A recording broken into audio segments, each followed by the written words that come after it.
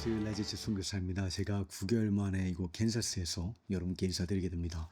9개월이라는 이 짧은 시간이었지만 하나님께서 정말 놀랍게 저희 가정을 인도하셔서 필리핀을 거쳐서 한국과 싱가폴 그리고 싱가포르에 있는 가운데 제가 짧게라도 인도네시아를 방문할 수가 있었고, 그리고 결국 저희 가족이 4명의 자녀들과 함께 이스라엘까지 방문하여서 정말 하나님께서 역사하고 계신, 전 세계적으로 펼쳐가고 계신 선교운동과 또 기도운동, 또 무엇보다 하나님께서 만들어가고 계신, 하나님께서 비적하고 계신 그 주님의 영광스러운 교회, 제가 이번 이 선교 여정 가운데 무엇보다 제 마음 가운데 가장 크게 감동되었던 것은 하나님의 지혜와 하나님의 리더십입니다. 현실을 볼 때는 내 눈앞에 지금 현실의 위기와 어려움이 너무 크게 느껴질 수가 있지만, 그러므로 인해서 하나님의 리더십이 때로 보이지 않고 하나님의 지혜가 보이지 않을 수가 있습니다. 예를 들어서 한국의 지금 대선의 결과로 인해서 많은 분들이 마음으로 어려워하시고 낙심하고 계실 수가 있는데, 우리는 우시아 왕이 죽은 해에 우리의 영적인 영웅들이 무너지고 우리의 정치적인 영웅들이 무너지고 우리가 기대했던 인간적인 영웅들이 실패하는 그러한 때에 하늘과 땅 아래 존귀한 자가, 합당한 자가 보이지 않아서 심히 애통하는, 요한계시록 5장에 심히 애통할 수밖에 없는 그러한 좌절과 절망의 순간에 요한이 눈을 들어서 보니 한 장로가 요한에게 말하되 울지 마라, 보라, weep no more, behold, 보라, 하나님의 유다의 사자가 이기셨으니.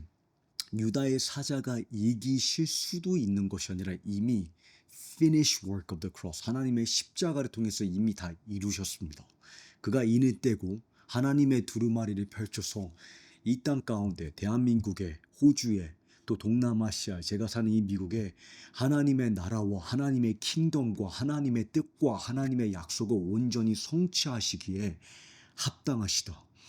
그렇기 때문에 우시아 왕이 죽은 것과 같은, 정치적이고 영적인 영웅들이 무너지는 것 같은 그러한 탄식의 때에 우리는 여전히 보좌 위에 자정하고 계신 하나님의 영광을 볼 수 있어야 되고, 그 하나님의 존귀하심과 하나님의 지혜가 우리의 심령을 매료시켜서 스랍들이, 그 현실 세계에서는 위기 가운데 스랍들은 천상의 예배를 드리며 온 땅에, 이 지구에, 내 눈 앞에 내 눈으로 볼 수 있는 현실을 초월하는 하나님의 영광하는 시기 온 땅에 충만하도다. 물이 바다를 덮은 같이 여러분과 제가 그러할 수 있는 그러한 시야, 영적인 시야와 통찰력과 분별력의 사람이 되기를 간절히 소망해 봅니다. 저는 이 9개월의 이 시간 가운데 짧은 시간이었고 제가 방문한 곳들은 제한되어 있었지만, 그럼에도 불구하고 많은 공동체들과 또 많은 리더들을 접하면서 하나님의 영광스러운 교회, 에베소서 5장을 보게 되면 점도 없고 흠도 없이 그 영광스럽게 당신의 교회를 신부로 단장시켜서 하나님께서 예비하신다고, 저는 그러한 그 주님의 지혜와 그 주님의 그 섭리를 조금이나마 보고 느끼고 깨달을 수 있는 시간이었던 것 같습니다. 그래서 저희 여정 가운데 여러분께서 함께 기도해 주시고, 저희 가정을 위해서, 또 저희가 내 자녀들을 데리고 이 4개국, 5개국을 움직이면서 쉽지 않은 여정이었지만 기도로 함께 동역해 주신 모든 분들께 진심으로 감사드리고, 또한 저희가 내 자녀를 데리고 비행기를 타고 많은 곳들을 방문해야 되는 가운데 필요한 많은 재정을 여러분께서 함께 동역해 주셔서 진심으로 감사드립니다. 제가 이 여정 가운데 많은 분들이 저에게 하나님께서 어떠한 일들이 펼치셨고 또 뭐라고 말씀하시고 무엇을 강조하셨냐, 사실 제가 느끼고 깨달은 부분들이 많습니다. 근데 그것을 다 말로 설명하기에는 조금 벅차서 제가 짧은 이사야 42장 작전이라는 이 짧은 다큐멘터리 영상을 만들었습니다. 그래서 여러분께서 그 영상을 참조하시면 이사야 42장 작전, 하나님께서 저에게 깨닫게 하신 많은 것들 가운데, 특별히 지금 이 시즌 가운데 어디에 집중하고 무엇에 투자를 해야 될지 하나님께서 이 열방을 보게 하시면서, 특별히 이스라엘의 선교본부와 또 이 동남아시아권에 하나님께서 어떠한 일들을 펼쳐가고 계신지, 왜 그 지역들을 강조하고 계신지, 제가 이렇게 짧은 영상을 만들었습니다. 그래서 여러분께서 그 영상을 참조하시면 계속해서 제가 펼쳐가는 이 포로노 프로젝트 사역이나 또 전심학교와 또 그 외에 하나님께서 저에게 무엇을 하이라이트 하시는지 여러분께서 이해하실 수가 있고 함께 중보로 또 이 말씀 공부로 여러분께서 동참하실 수가 있습니다. 참고로 제가 여러분께 한 가지 공지사항을 드릴 부분은 제가 이제 카카오 포로노 팀 채팅방을 개설을 했습니다.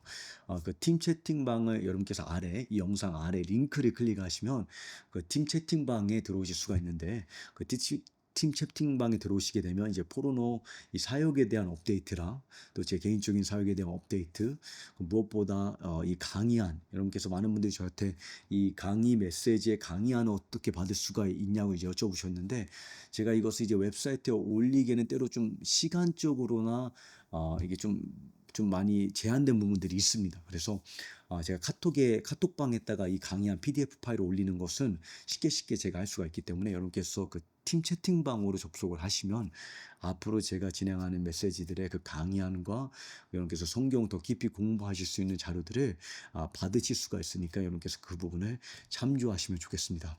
제가 이제 여러분과 계속해서 이 사랑병을 위한 야곱의 환난 야곱의 환란이라는 단어가 다르게 표현하면 대환란을 의미합니다. 근데 이제 야곱의 환란이라고 이것을 표현하는 이유는 이제 예레미야 30장에 이 대환란이 구체적으로 예루살렘 도시와 그 유대인들의 중심으로 펼쳐질 것이기 때문에 유대인들에게 제한되는 환란은 아닙니다.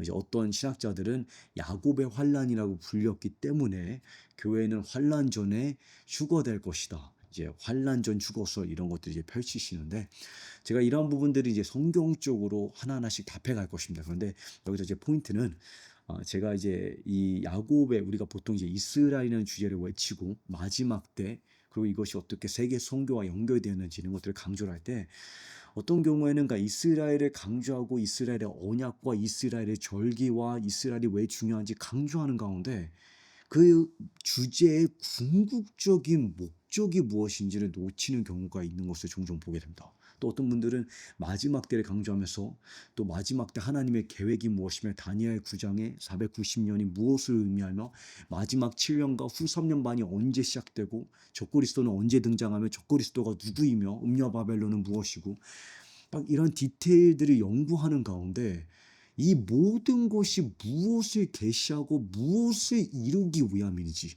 그 궁극적인 실체를 놓치는 경우를 많이 보게 됩니다. 제 자신을 볼 때도. 그래서 제가 이 제목 자체에 사랑병을 위한이라는 이 단어가 굉장히 중요합니다. for 이것이 무엇을 위함인가? 하나님은 무엇을 이루고자 하시는가? 그것을 강조하기 위해서 이스라엘이라는 주제를 다루지만 그것이 어떻게 하나님의 나라와 연결되어 있고 하나님의 복음과 맞물려 있으며 예수님의 재림과 마지막 때 이 모든 것들이 궁극적으로는 하나님과의 친밀함 무엇보다 하나님을 향한 예수님을 향한 향수 예수님을 향한 그 사랑병을 불러일으키기 위함이다. 예수님은 우리의 전 인격으로 향유하게끔 하기 위한 하나님의 비전이자 하나님의 꿈이자 하나님의 목표라는 것을 이것을 제가 그냥 이론적으로가 아니라 성경적으로 여러분께 풀어가면서 여러분을 설득해 가기를 원합니다. 근데 제가 이 메시지 이제 진행하는 이 순서를 여러분께 다시 한번 강조를 해드리기 원하는 부분은 제가 한국에 있는 동안에 전심학교라는 이 인턴십을 진행하면서 그 전심학교 기간 가운데는 예수님의 사랑과 예수님의 애정 또 하나님의 은혜와 또 하나님의 성품, 하나님의 그 깊은 애정에 대해서 좀 강조를 많이 했습니다. 제가 그렇게 한 이유는 제가 여러분과 함께 또 이제 펼쳐가는 하나님께서 저에게 주신 이 메시지 사역의 이 전체적인 방향을 제가 고려를 하게 될 때 제가 여태까지 걸어온 15년 플러스 앞으로 제가 하나님께서 얼마의 시간을 이 땅에서 저에게 주실지는 모르지만 제가 메신저로 살아갈 때 이 짧은 시간 가운데 저는 제가 펼쳐야 될 메시지를 이 세 가지의 프레임으로 잡습니다. 이제 제가 이 프레임을 이 구조를 어디서 제가 붙잡고 있냐면 로마서 전체입니다. 로마서를 보게 되면 로마서 1장부터 8장이 하나님의 은혜의 복음을 강조합니다. 그 은혜와 하나님의 그 깊은 십자가 사랑의 깊이와 높이와 넓이와 길이가 어떠한지를 사도 바울이 풍성히 계시하면서 그 하나님의 그 은혜 값없이 주어지느냐 오직 은혜로 말미암아 우리가 구원을 받고 오직 그 크신 사랑으로 말미암아 우리가 하나님의 양자됨을 입었다는 것을 계시하고 난 다음에 그것을 통해서 성도들의 정체성을 확실히 붙였습니다. 정체성이 확고한 사람은 하나님의 나라에 동역할 수 있는 힘을 얻게 됩니다. 이해가십니까? 정체성이 불확실한 사람이 하나님의 나라에 관심을 가질 수가 없습니다. 그래서 제가 이제 사역하다 보면 어떤 분들이 뭐 이스라엘을 왜 굳이 공부해야 되고 마지막 때가 뭐가 그토록 중요하냐 논하시는 분들 가운데 많은 분들을 보게 되면 그렇게 이 다른 주제에 성경이 너무나 분명하게 강조하고 있는 이러한 진리들을 무관심하신 분들의 특징이 무엇이냐면 어, 아버지에 대한 상처가 있거나 가정에 불화가 있었거나 또는 부부 관계가 좋지 않거나 그러니까 자신의 정체성에 불안감을 가지시는 분들이 많습니다. 그러니까 자신의 정체성이 뚜렷하지 않다 보니 예수님을 아는 지식 가운데 예수님의 마음을 헤아리지 못하는 가운데 자신의 정체성이 확고히 서지 않다 보니 하나님의 나라에 대한 관심이 없는 겁니다. 이해하십니까? 그래서 그 순서를 제가 지키기 위해서 사도 바울처럼 로마서 1장부터 8장에 이 은혜의 복음의 그 진리들을 제가 강조하는 그 시간을 이제 전심학교 때 좀 많이 투자를 했고 제가 그것을 기반으로 이제 예수님과 함께 산으로 올라가기 원한다고 제가 말씀을 드렸습니다. 아가서를 보게 되면 아가서 2장에 신랑이 이제 사랑하는 신부를 사과나무 그늘에 앉혀서 사과나무는 예수님의 십자가에 업적을 합니다. 예수님의 그 십자가로 말미암아 사람의 행위가 아닌 오직 은혜로 우리가 하나님의 사랑을 입었고 그 사과나무의 그 열매를 그 하나님의 그 깊은 신랑 되심의 그 애정을 그래서 우리가 신부적인 그 정체성을 얻게 되는데 그러한 신부가 언제까지나 사과나무 그늘에서 그늘 쬐고 있을 수만 없습니다. 이해하십니까? 하나님을 사랑하는 제자는 반드시 만왕의 왕 되신 예수님과 좁은 길로 들어가야 되고 그래서 그 신랑이 아가서 2장을 보게 되면 나의 사랑하는 자야. 그 사랑하는 자라는 my beloved 내 마음이 사모하는 자야. 내 마음이 너를 얼마나 사랑하는지를 깨닫는 진리 가운데 그러한 호칭으로 예수님께서 나와 함께 산으로 가자. 그 산이라는 것은 하나님과의 미션을 의미합니다. 이사야 52장을 보게 되면 산에서 달려오는 저 아름다운 발이요. 하나님과 그 예루살렘 시온산 그러니까 마지막 때와 이스라엘과 하나님과 세계 선교 하나님의 킹덤을 의미합니다. 그래서 제가 이제 이 사랑병원의 야곱의 한란에서는 제가 여러분께 이제 산으로 주님과 함께 올라가는 전환기라고 말씀을 드렸습니다. 그런데 이 주님과 주님의 마지막 때 계획, 하나님의 킹덤, 세계 선교, 하나님의 그 플랜을 이해하는 가운데 이 모든 플랜의 궁극적인 목적은 결국에는 신랑과 동행함입니다. 에녹이 하나님과 동행했던 것처럼 하나님이 계신 그곳에 예수님이 계신 그곳에 예수님이 어디를 가든지 어린 양이 어디를 가든지 그들이 어린 양을 따랐더라. 어린 양을 따르는 이유는 예수님을 전인격으로 향유하기 위함입니다. 예수님이 계신 그곳에 가장 가까이 우리의 마음이 거하기를 위함입니다. 그래서 제가 이제 여러분과 함께 이 사랑병을 위한 이 야곱의 환란이라는 시리즈를 다루고 있는데 첫 세 개의 메시지를 다루었고 제가 싱가포르에서 이제 이스라엘 가서는 그 이스라엘 현장에서 하나님께서 저에게 하이라이트하고 계신 특별히 이제 제가 있었던 그 텔라비브 본부에서의 그런 사역적인 업데이트를 들었습니다. 그래서 이제 다시 돌아와서 제가 이제 여러분과 함께 이 메시지를 진행하는데 제가 오늘 여러분과 다룰 이 메시지는 제가 지금 쓰고 있는 이 책의 파트 2입니다. 이제 세 개의 파트로 구분이 되어 있는데 첫 번째 파트는 한 문장으로 이제 압축을 하면 왜 이스라엘인가? 이제 여러분께서 제 그 시리즈 영상으로 가보시게 되면 하나하나씩 그 강의를 보실 수가 있습니다. 그러니까 저는 먼저 이스라엘이라는 주제가 그냥 중요하다를 여러분께 강조해드리기 먼저 전에 왜 굳이 여러분과 제가 그냥 예수님 어떤 분들이 저에게 이런 질문을 많이 하거든요. 제가 예수님을 사랑하기만 하면 됐지. 복음을 전하기만 하면 됐지. 예수님의 제자로 살아가기만 하면 되지. 교회를 세우기만 하면 되지. 내가 굳이 마지막 때를 알아야 하고 굳이 이스라엘을 연구해야 합니까? 뭐 내가 신학자도 아니고 나는 평신도인데. 그래서 제가 먼저 여러분께 혼돈의 시대의 초청장이라는 그 서론의 메시지를 통해서 여러분과 제가 살아가는 이 시점에 왜 그토록 이 메시지가, 이 주제가 시급한지를 제가 시대적인 관점에서 그리고 성경적인 관점에서 제가 이렇게 그것을 설득해 갔습니다. 그러면서 제가 첫 번째 메시지에서는 오직 성경, 결국에는 제가 성경을 어떻게 해석해야 되는지, 이스라엘이 왜 중요한지 알아가기 전에 우리의 삶 가운데 절대적인 권위가 성경이라는 것을, 그러면서 제가 이 성경에 우리의 또 다른 개혁이 필요하다는 것을 하이라이트했죠. 로마서 1장부터 8장에 마틴 루터라는 이 수도사가 우리의 구원은 행위가 아닌 오직 은혜로 말미암아 구원을 받는다는 것을 깨닫고 500년 전에 종교 개혁이 일어나서 전주교 억압 가운데 있었던 이 그리스도인들이 결국에는 은혜의 복음을 깨닫고 거듭난 것처럼 지금 이 시점에는 마틴 루터가 놓쳤던 9장부터 11장의 이스라엘의 신비에 대한 계획.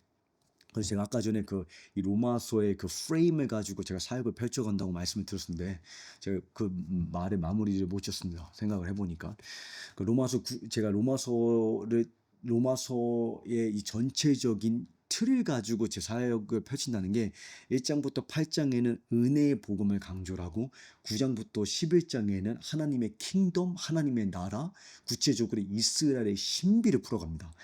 하나님의 은혜를 온전히 깨닫고 나면 하나님의 그 플랜이 보이기 시작합니다. 이해하십니까? 근데 그 플랜은 결국에는 우리의 삶 속에 거룩한 행실과 의로운 행실의 열매를 맺기 위함입니다. 이해하십니까? 우리는 지식 소매상들이 아닙니다. 그냥 인포메이션을 수집하는 자들이 아닙니다.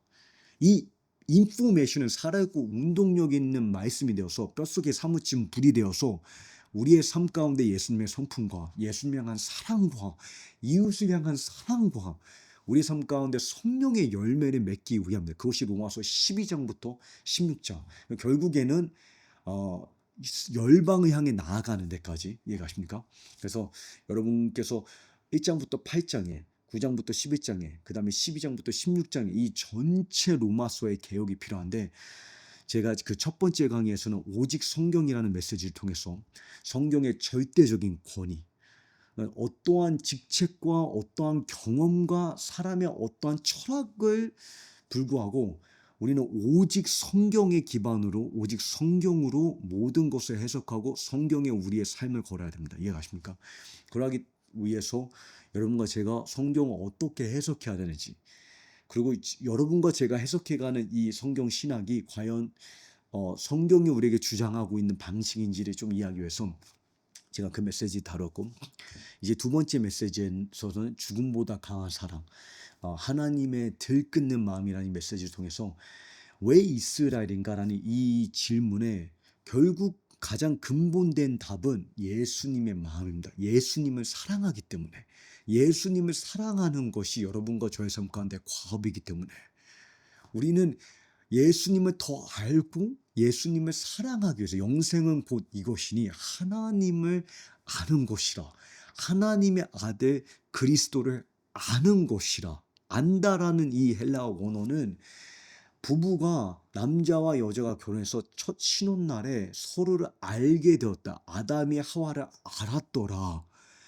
그러한 친밀함의 알을 의미합니다. 인포메이션이 아는 지식이 아니라. 그래서 여러분과 제가 하나님을 알아가기 원하는데 그 하나님의 마음이, 하나님의 성품이, 하나님의 감정이 성경에 어디서 가장 많이 계시되냐?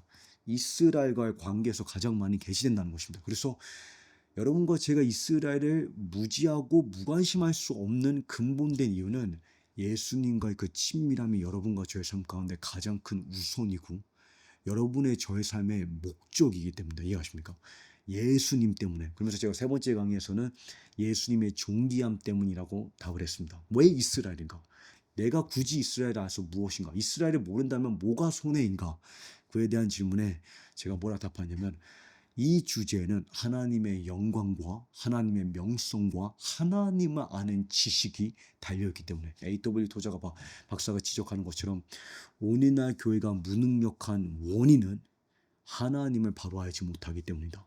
하나님에 대한 천박한 개념이, 저급한 신관이, 하나님은 너무나 모르는 그러한 개념이 교회 안에 너무나 만연하기 때문에 죄가 오늘 이 땅 가운데 창궐하고 있는 것이다. 죄가 이 땅 가운데 흥행하는 것이다. 왜 다음 세대가 죽어가고 있냐? 하나님은 너무나 모르기 때문에. 그러하기 때문에 제가 여러분께 뭐라고 강조했습니까? 제가 여러분을 어떻게 설득했습니까? 지금 이 시대 가운데 가장 시급한 것이 무엇이냐? 교회에게 가장 시급한 것, 가장 긴급한 것이 무엇입니까? 하나님을 바로 아는 것입니다. 근데 하나님을 바로 알기 위해서 우리가 성경에서 무엇을 놓쳐서는 안 되냐? 바로 이스라엘이라는 이 주제입니다. 이 속에 하나님의 이름과 하나님의 명성과 하나님의 영광이 달려있기 때문입니다. 그래서 이사 48장에 내가 나를 위하여 이룰 것이다. 무엇을 이룬다고 지금 말씀하십니까? 이스라엘을 왜 포기하지 아니하시는지, 이스라엘의 실패 가운데 왜 하나님은 이 백성을 대체하지 아니하시는지, 내가 나를 위하여. 이스라엘은 이스라엘 때문이 아니라 예수님의 존귀함 때문에 그토록 중요하다는 것입니다. 이스라엘의 그 실패 속에 이 스토리가 이스라엘의 실패로 끝날 수 없는 것은 하나님의 이름과 영광과 명성이 이 스토리 속에 달려있기 때문에, 그렇기 때문에 내가 너를 통해 내 영광을 모든 열방 가운데 모든 족속에게 변호하리니. 에스겔 36장에.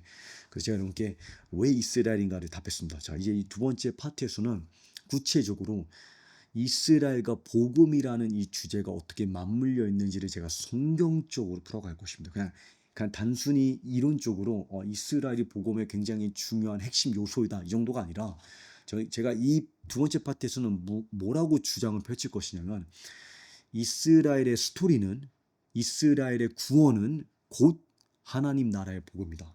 그 말의 의미가 정말 성경적인지를 여러분과 제가 성경을 통해서 점검해 보기를 원합니다. 근데 먼저 이 서두에서 제가 여러분께 무엇을 하이라이트하기 원하냐면, 이스라엘을 강조하다 보면 제가 앞서 여러분께 말씀드린 것처럼 어김없이 따라오는 질문들이 있습니다. 선교사님, 왜 그토록 그렇게까지 이스라엘을 강조해야 하죠? 우리가 집중해야 되는 것이 복음이 아닌가요?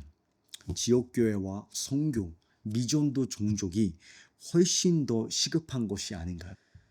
어떻게 들으면 그것이 설득력이 있는 논리인 것 같습니다.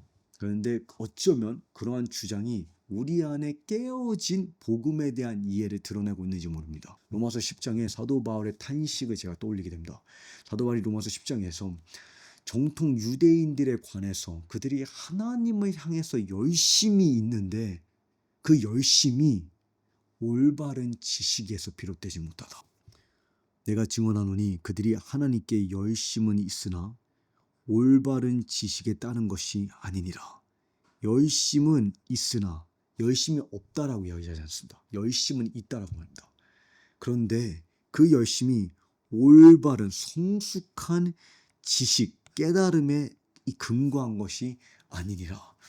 때로는 간절한 열정이지만 깨달음과 단절된 열정이 존재합니다. 동기는 순수할지 모르지만 방향을 잃은 열심이 있습니다. 좋은 의도에서 시작되었을지라도 지식이 없이, 깨달음이 없이 성급히 앞서가는 열정은 심각한 결과를 초래할 수 있습니다. 다시 한 번만 강조합니다.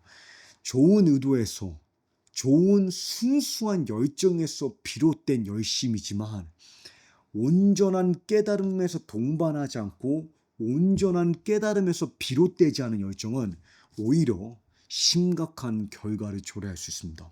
바로 이 때문에 예수님께서 때가 임하기 전에 제자들이 자신에 대해서 설교할 것을 친히 막으십니다. 여러분, 예수님이 어느 시점에는 복음 전파를 제지하셨다는 거 아십니까?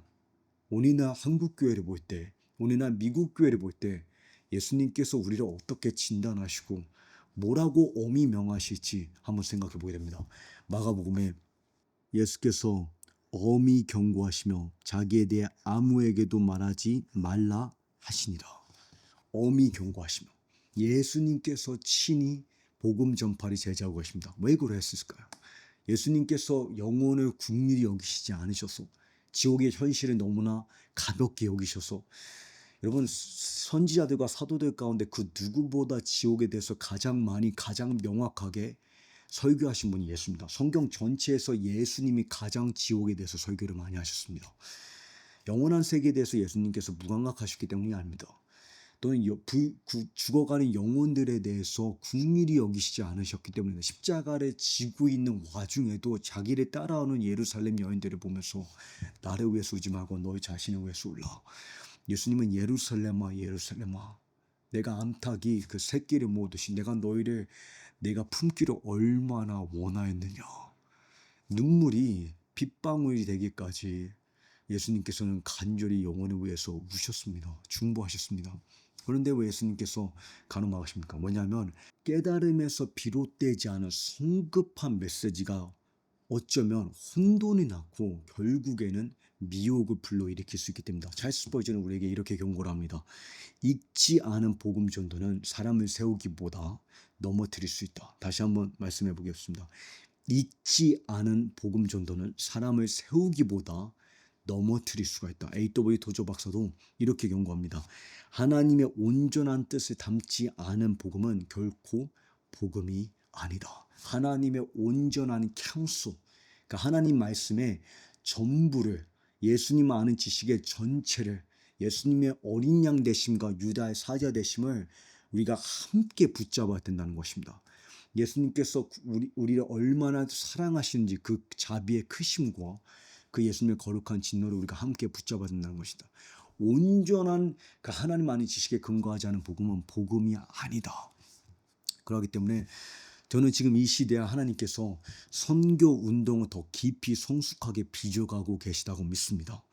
불타는 열정 위에, 꺼지지 않는 열정 위에 온전한 깨달음을 더하고 계시다고 믿습니다. 여러분과 저의 열정이 깨달음에서 비롯되는지 한번 질문해 보기로 합니다. 한국교회를 생각하게 될 때 한국교회가 얼마나 순수한지.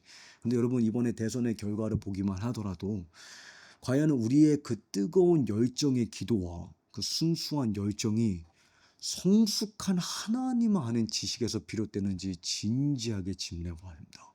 만약에 우리가 이 대선 결과로 인해서 무너지고 있고 좌절하고 있고 낙심하고 있다면 어쩌면 우리의 열정은 순수했을지 모르지만 우리의 간절함은 순수했을지 모르지만 좋은 의도에서 비롯됐을지 모르지만 지식에 근거하지 않은 올바른 하나님을 아는 지식에 근거하지 않은 것일 수도 있습니다.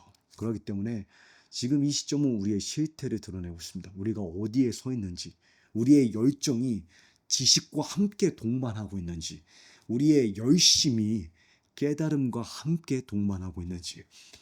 저는 에베소 교회를 향해서 에베소 장로들을 눈물로 간절히 당부한 사도 바울을 생각하게 됩니다. 그가 에베소 교회와 작별하면서 눈물로 그들을 엄중히 당부합니다. 여기서 그가 뭐라고 이야기하는지를 주목하시기 바랍니다.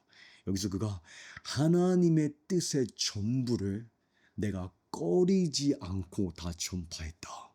그러면서 하나님의 그 뜻의 전부, 여기 영어편에 보면 the counsel, 하나님의 그 counsel, 하나님 말씀에 하나님 아는 지식의 그 전체를 어떤 한 부분만 내가 골라서 사람의 취향과 사람의 편견과 사람의 기대에 맞추기 위해서 내가 골라서 메시지를 전한 것이 아니라 그 전체를 내가 꺼리지 않고 사람의 기대가 어떠한지 간에 사람의 관심과 취향이 무엇이든지 간에 내가 청중에게 맞추자고 오직 하나님을 바라보면서 전체를 꺼리지 않고 전했다. 그러면서 자기 자신이 그 책임을 다했으면 뭐라고 표현하는지 그러면서 에베소 장로들에게 그들이 하나님의 그 전체, 이 말씀의 전체를 어떻게 전파해야 되는지, 왜 전파해야 되는지 그들 안에서부터 교회 안에서 늑대들이 일어날 것이다. 교회 밖에서가 아니라 교회 안에서 늑대들이 일어난다고 사도 바울이 경고합니다. 지금 사도 바울은 자기가 눈물로 바라보고 있는 에베소 장로들 가운데 누군가는 늑대로 변질될 거라고 경고를 하고 있는 겁니다. 이게 얼마나 당황스러운 이야기입니까? 그러하기 때문에 사도 바울이 뭐라고 권면하냐? 그러므로 하나님의 말씀의 전부를 나처럼 나를 본받아 꺼리지 말고 사람의 기대와 사람의 시선에 맞추지 말고 청중의 취향에 맞추지 말고 전부를 전파하라. 그러므로 내가 오늘 여러분에게 증거하거니와 모든 사람의 피에 대해 나는 깨끗합니다. 왜 피에 대해서 자기가 깨끗하다고 이야기하고 있을까요? 잘 주목하시기 바랍니다. 이는 왜냐하면 내가 하나님의 뜻을 조금도 주저하지 않고 다 보이십니까? 어떠한 부분, 각 사람마다 자기가 강조하는 부분이 있어. 누군가는 친밀함이 중요하다고, 누군가는 마지막 때가 중요하고, 누군가는 이스라엘이 중요하다고, 누군가는 기도의 집이 중요하다고, 누군가는 세계 선교가 중요하다고. 그러나 우리는 다 부분적이지만 하나님 말씀의 전부를 함께 붙잡고 우리의 부분적이고 연약함 가운데 전부를 충성된 증인으로서 증거해야 됩니다. 여러분에게 전하였기 때문이라.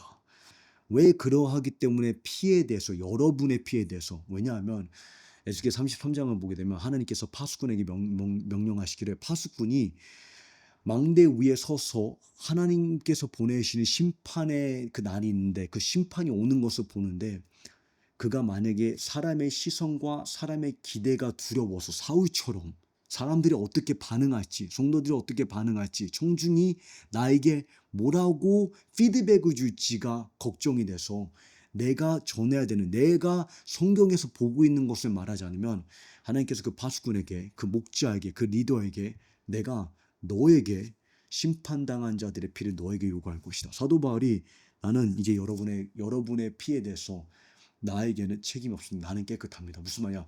이제 여러분의 선택의 결과는 여러분의 책임이라는 겁니다. 나는 하나님의 말씀의 온전한 복음을 다 여러분에게 제시를 했다는 것입니다. 이것이 여러분과 저의 역할입니다. 메신저로서 우리는 이 길을 걸어가야 됩니다. 유튜브에서 어떠한 영상이 조회수가 많고, 어떠한 메시지들이 잘 나가고, 어떠한 팟캐스트와 어떠한 질문들이 가장 궁금하고, 사람들이 찾는 것을 답하기보다 우리는 하나님의 말씀의 지혜에 승복해서 말씀의 전부를 전할 수 있는 메신저가 되어야 되고, 그러한 충성된 증인이 되어야 됩니다. 여러분은 자신과 양떼를 위하여서 삼가십시오. 성령께서 여러분을 감독자로 삼으셔서 하나님이 자기의 피로 사신 교회를 돌보게 하셨습니다. 내가 떠난 후에 사나운 이리들이 여러분 가운데서 일어나서 양떼를 아끼지 않은 줄을 내가 압니다. 얼마나 이것이 엄중한 말씀입니까? 여러분 가운데서, 너희들 가운데, 지금 내 메시지를 듣고 있는 자들 가운데 분명히 누군가는 사람의 견해와 경험과 생각과 철학에 근거해서 이 메시지는 중요하고, 이제 이 메시지는 비현실적이다, 삶 속에 그렇게 적용되지 않는다, 마지막 때가 되었던 이스라엘이 되었던 그것이 내 삶과 무슨 상관이냐. 심지어 여러분 중에서 제자들을 자기에게로 끌어내려고 왜곡된 말을 하는 사람들이 여러분 중에서 보십니까? 너희들 가운데 일어날 것입니다. 그러므로 깨어 있으십시오. 내가 3년 동안 밤낮 쉬지 않고 눈물로 각 사람을 훈계하던 것을 기억하십시오. 왜 교회 밖에서가 아니라 교회 안에서 이런 사나운 늑대들이 일어납니까? 왜냐하면 오늘날 여러분과 제가 살아가고 있는 시대에 너무나 우리가 추구하고 있는 소셜미디어의 이 숫자와 이 마케팅 전략과 모든 것이 결국에는 사람들의 관심과 사람들의 취향과 사람들의 취미와 사람들의 관심에 맞춰져 있기 때문이다. 사람들이 무엇을 궁금해하는가, 무엇을 찾고 있는가, 사람들에게 무엇이 필요한가. 사람에게 무엇이 필요한지는 사람들이 답하지 않습니다. 사람에게 무엇이 필요한지는 하나님의 말씀에 기록되어 있습니다. 여러분과 저의 역할은 충성된 증인으로서 사람의 관심에 맞춘 메시지가 아니라 하나님의 말씀에 충성된 메시지를 전부 다 전할 수 있는 파수꾼이자 메신저가 되어야 합니다. 여러분과 제가 그러한 충성된 예수님의 친구로 마지막까지 서기를 간절히 소망해 봅니다. 여러분, 그러하기 때문에 저와 여러분이 기존의 전제에서 벗어나서 근본된 질문을 던지기를 원합니다. 하나님 나라의 복음, 우리가 복음이란 단어를 너무나 익숙히 잘 알고 있는데 때로는 우리가 익숙히 안다는 것을 너무나 모를 수가 있습니다. 마치 나사렛의 동네가 예수님과 평생을 같이 자랐기 때문에 그 나사렛의 목수 예수를 너무나 잘한다고 생각했던 것처럼, 오해했던 것처럼, 어쩌면 우리가 너무나 잘 알고 있다는 용어들의 본질적인 성경의 정의를 우리가 놓치고 있을지 모릅니다. 교회가 뭡니까? 우리는 주일날 교회 가서 성소 지키면 교회라고 이해를 합니다. 그게 정말 교회일까요? 제자, 이해가 가십니까? 복음, 좋은 소식, 하나님 나라의 복음, 천국 복음, 회개하라 하나님 나라가 가까이했으니. 그 말의 의미가 무엇이었습니까? 예수님의 의도는 무엇이었을까요? 그것을 질문해 보기 원합니다.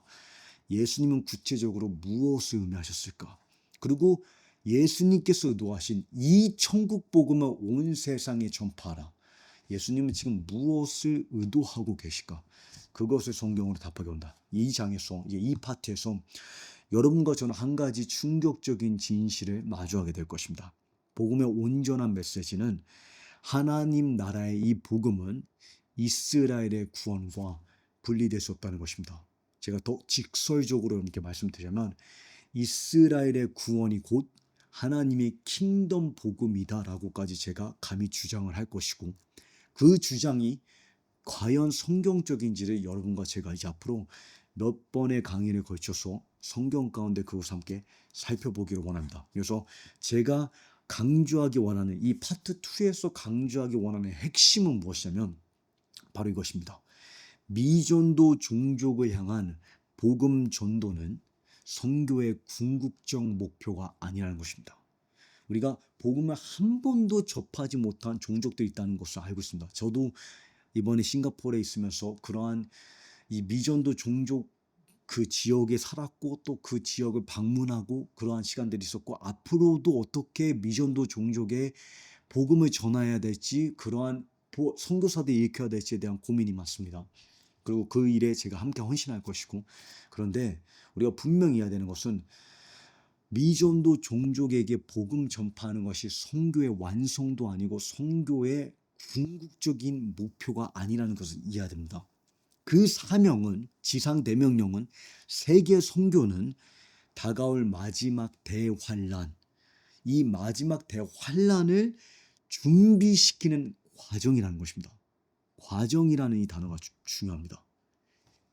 이 열방에게 복음을 전하는 것은 예수 믿고 천당 가기 위함이 아니라, 열방이 복음을 들어야 되는 이유는 이제 곧 멸망에 가증한 것이라는 이 대환란의 사건이 시작될 것이고, 그것을 맞이하기 위해서 먼저 열방에게 하나님의 킹덤 스토리라인, 그 킹덤 스토리라인 속에 예루살렘 도시와 이스라엘이 어떻게 맞물려 있는지를 미리 가서 선전포고하고 이해시켜서 마지막 후 3년 반의 이 시즌을 맞이할 수 있도록 준비하는 것이 세계의 선교의 사명이라는 것을 제가 이제 성경을 통해서 여러분에게 입증해 갈 것이고, 그러하기 때문에 이것이 세계 선교에 어떠한 임팩트가 있는지, 우리가 세계 선교의 완성, 미션을 컴플릿한다, 미션을 우리가 성취할 것이다라는 그 정의가 어떻게 성경적으로 새롭게 정의돼야 될지를 여러분과 함께 다루기를 원합니다. 이 모든 것은 결국 어디서 이제 제가 이것이 연결질 것이냐면 마태복음 24장에 이 14절과 15절을 보시게 되면 이 천국 복음이 세상에 전파된 후에 끝이 오리라. 그제야 끝이 오리라. 온 세상에 이 천국 복음이 무엇을 의미합니까? 온 세상에 전파된 후에 끝이 오리라. 그러므로, 그 그러므로라는 단어가 결정적으로 중요합니다. 절대적으로 중요합니다. 그러므로 멸망에 가증한 것이 선 것을 보거든. 이 천국 복음이 온 세상에 전파될 것이라. 그러므로 보십니까? 이 14절의 세계 선교와 그러므로 멸망에 가증한 것, 적그리스도가 등장하는 사건이 어떻게 예수님의 이 이해 가운데 어떻게 이것이 맞물려 있는지, 여러분과 제가 그것을 이해함으로 이제 우리가 감당해야 될 세계 선교와 제자화와 교회 개척과 이 모든 것들이 어떠한 메시지를 담아야 되고 어떠한 제자 양육, 어떠한 제자화를 이루어야 될지를 함께 고민하고 주님과 함께 동역하기로 합니다. 이 메시지 마무리 지으면서 여러분과 제가 이사야 63장을 보게 되면 예수님께서 이 에돔 지역과 이 보스라를 행진하시는 가운데, 이 재림 행진하시는 장면 속에서 열방을 심판하시는데 아무도 나와 함께한 자가 없어 탄식하는 그 예수님의 그 장면이 있습니다. 마치 겟세마네 동산에서 예수님께서 십자가를 달리시기 전에 정말 핏방울로 눈물이 되기까지 그 기도하시는 장면 속에 야고보와 요한과 제자들이 베드로와 요한과 야고보가 예수님과 함께 한시도 깨어있지 못하고 잠들었던 것처럼 하나님의 몸된 교회가 잠들어 있는 그러한 시점에 있는지 모릅니다. 그러한 가운데 여러분과 제가 깨어서 주님과 함께 그 겟세마네 동산 가운데 혼자 있다, 혼자 서 있다는 그 주님의 고백 가운데 우리가 함께 주님과 주님의 친구로 함께 서기를 간절히 소망해 봅니다. 여러분, 이 메시지를 통해서 저는 여러분의 마음 가운데 여러분의 은사를 불붙이기를 원하고, 무엇보다 예수님을 향한 여러분의 열정과 사랑을 더 불태우기를 원합니다. 예수님은 전 인격으로 더욱더 추구하고 전심으로 알아가시기를 우리가 힘써 여호와를 알죠. 전심 전력을 다해 여호와를 알죠. 그의 오심은 새벽 빛처럼 확실하나니 그가 반드시 봄비처럼 우리에게 임하시리라. 지금은 그 어느 때보다 전심전력으로 힘써 하나님을 알아가야 할 때입니다.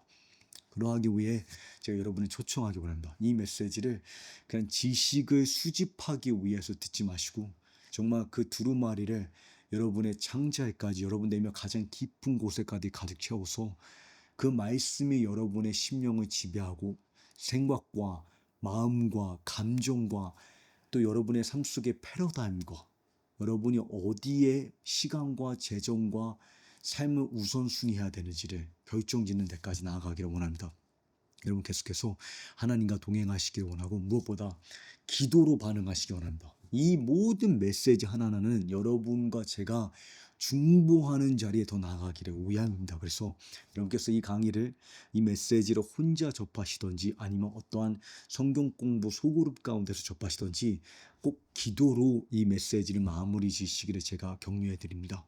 하나님과 중보하는 자리에 그 주님과 겟세마네 동산에서 깨어서 주님의 마음에 내가 시온의 구원이 횃불같이 타오르도록 잠잠하지 아니할 것이고 내가 쉬지 아니할 것이다. 쉬지 않고 잠잠할 수 없는 그 주님의 마음 가운데 우리가 주님의 친구로 함께 설 수 있기를 원합니다. 그래서 제가 기도하고 마치도록 하겠습니다. 하나님, 우리가 하나님의 친구로 함께 서기를 원합니다. 예수님을 전 인격으로 향유하기 위해서, 예수님의 존귀하심 우리의 세대 가운데 변화하기 위해서, 하나님의 친구로 우리가 동행하기 위해서 우리가 이 메시지를 연구하고 공부하고 하나님의 말씀을 살핍니다. 하나님, 우리에게 엠마오의 길을 열어주십시오. 우리의 마음이 불타게 하여 주십시오. 우리의 마음이 뜨겁지 아니하도냐. 하나님, 우리의 마음이 예수님 향한 사랑으로, 예수님 향한 그리움으로 불타기를 간절히 기도합니다. 하나님, 우리의 마음에 할례를 베풀어 주십시오. 우리의 익숙함에서 우리를 구원해 주시고 하나님, 우리의 눈을 열어 하나님의 영광을 보게 하여 주십시오. 하나님의 아름다움에 우리의 심령이 매료되게 하여 주십시오. 예수님의 다시 오심에 대한 그리움과 기대로, 그 감격으로 우리의 마음이, 우리의 심령이 다시금 깨어나게 하여 주십시오. 하나님, 이스라엘을 향한 하나님의 마음에 우리가 동의합니다. 하나님, 지금 이 순간에도 하나님의 눈동자의 눈이 열어주십시오. 이스라엘 땅 가운데 하나님 부흥을 보내주십시오. 하나님, 아랍 사람들에게 이스마엘의 후손들이 일깨워서 마치 룻처럼 하나님, 마치 그 하나님께서 에스더의 시대 때 가운데 그 에스더와 모르들에게 통해서 이란 땅에 그 중보의 영을 부으셨던 것처럼 하나님, 지금 이란 땅에 이스라엘 향한 중보자들이 일어나게 하여 주십시오. 하나님, 가자 지구에, 사마리아와 유대 땅에, 이집트에, 시리아에, 터키에, 하나님, 사우디아라비아에, 요르단에 하나님의 그 중보자의 군대가 일어나기를 기도합니다. 하나님, 그들에게 성령을 부어주십시오. 성령의 영을, 생기를 부어주십시오. 하나님의 생기가 그들의 심령 가운데 들어가게 해주십시오. 예언의 영이 풀어지게 해주십시오. 하나님 안의 지식이 속히 다른 박질하게 해주십시오. 하나님, 중동 땅 가운데 이스라엘 땅에 하나님 붕이 임하기를 기도합니다. 하나님, 계속해서 우리에게 중보의 영, 기도의 영을 부어주시기를 위해서 기도합니다. 예수님의 이름으로 기도했습니다. 아멘.